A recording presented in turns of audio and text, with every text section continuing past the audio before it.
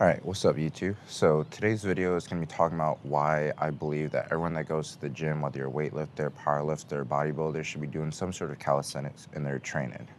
And that's because calisthenics is all about body control and stability and just coordination with your body. And that coordination and stability is going to be able to carry over to any movement you do in the gym, in my opinion.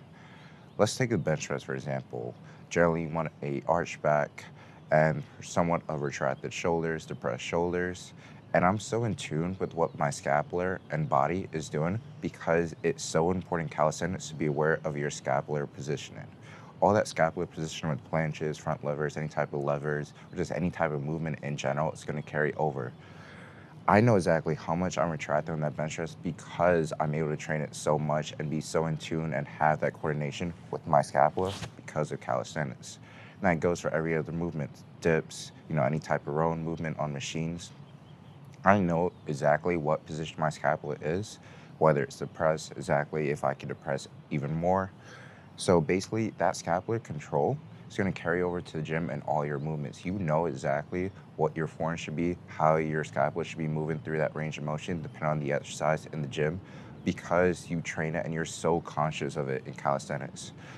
Ask anyone that's reached a high level in calisthenics, they know exactly what their scapula is doing at all times. They know exactly what position is best to protect your shoulders or to allow your muscles to work the strongest. And that same thing is in the gym. I know what my scapula is doing in the gym, and I know that if I didn't train calisthenics at the same time, I might not have that same scapular control or be that in tune with my body position on certain movements to protect my shoulders and or to exert as much strength as I'm supposed to be able to on some of these movements. Second way is coordination.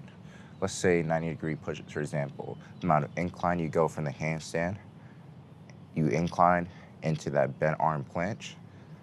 All of that is body control and stability, micro adjustments as you're doing this. And you're able to be, coordinate your body, coordinate your core, your shoulders, all at the same time. These movements train for you to be, for your proprioception, basically to be trained. And the same thing, kind of similar to your scapula. I know exactly, say another bench press, because I love to bench press, I know exactly where my elbows are in space as I'm going down the bars, where they are as I'm pressing up, whether I'm flaring out too much, do my shoulders get out of position, or dips. Is my body tight and efficient when I'm doing multiple dips in a row?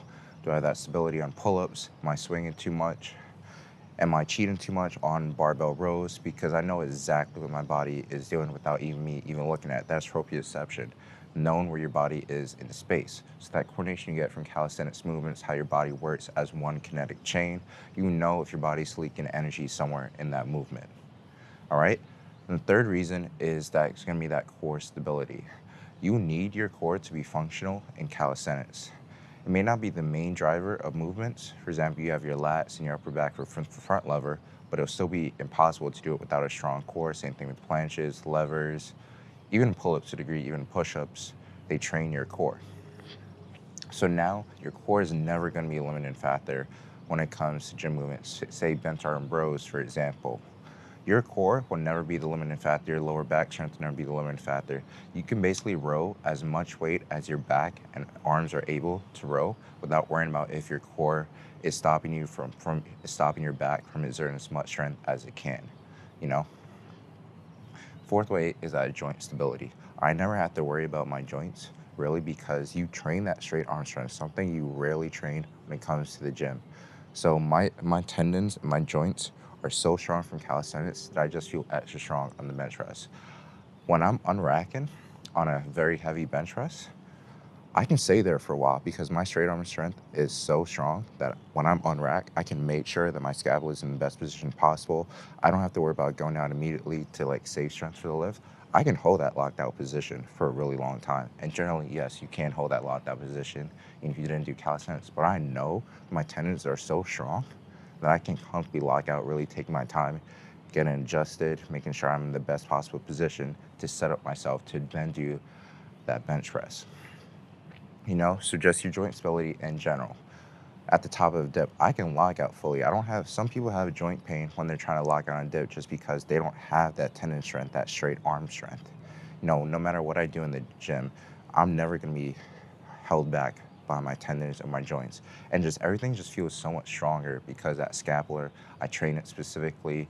My joint stability is there. I have my core. I never have to worry about these things. All I have to worry about is just pushing myself hard in the gym.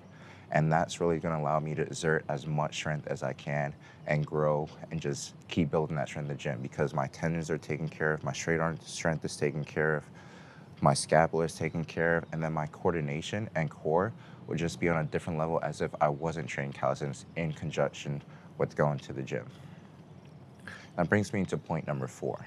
Calisthenics trains all the little areas you might not train in the gym.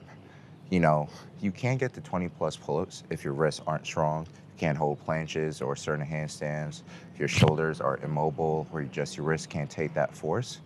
I don't have to worry about having weak wrists when it comes to like bench press or my grip strength giving out because I know that I'm at least strong in my wrists and other parts of my body are at least strong as my big muscles, as my big strength movers. And my wrist might not be trained, yes, I can train forearms in the gyms, but it's a different type of strength when you're doing calisthenics movements and you want to carry it over to the gym, you know?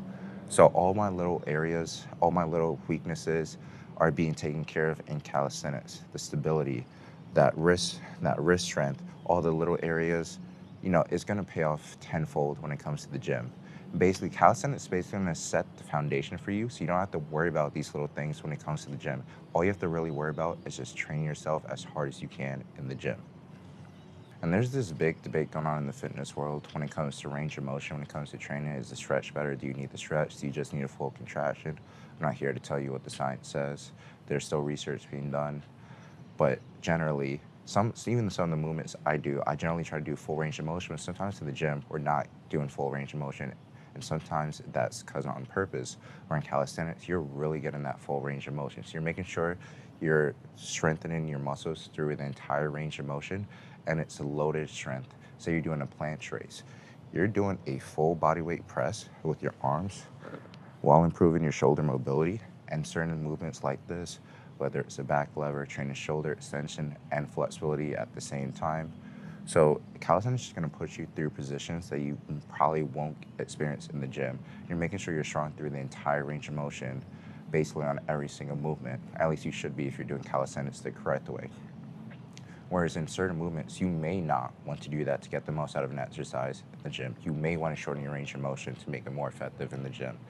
Whether that's because, you know, you like that trainer and that's what the science is saying at the time, but generally, that full range of motion, I always think that our muscles should be strong in every single range of motion. If I only do half reps on the bench press because I'm trying to target that stretch, I'm never going to train my chest through that full range of motion, and life doesn't work like that. Maybe I have to push something really heavy through the full range of motion.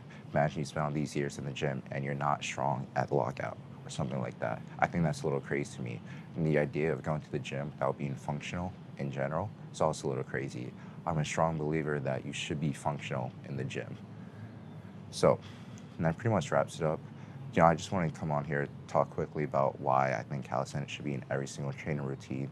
If you're a weightlifter, powerlifter, bodybuilder, or some sort of hybrid athlete, remember, best lifters aren't just strong under the bar, they're strong in their own body too. Let me know what you think down in the comments below. If you have any questions about this, have your own thoughts, I'd be happy to conversate with you, just, you know, chop it up with you. Feel free to reach out to me on Instagram at ZNA Calisthenics, and I'll see you all in the next video.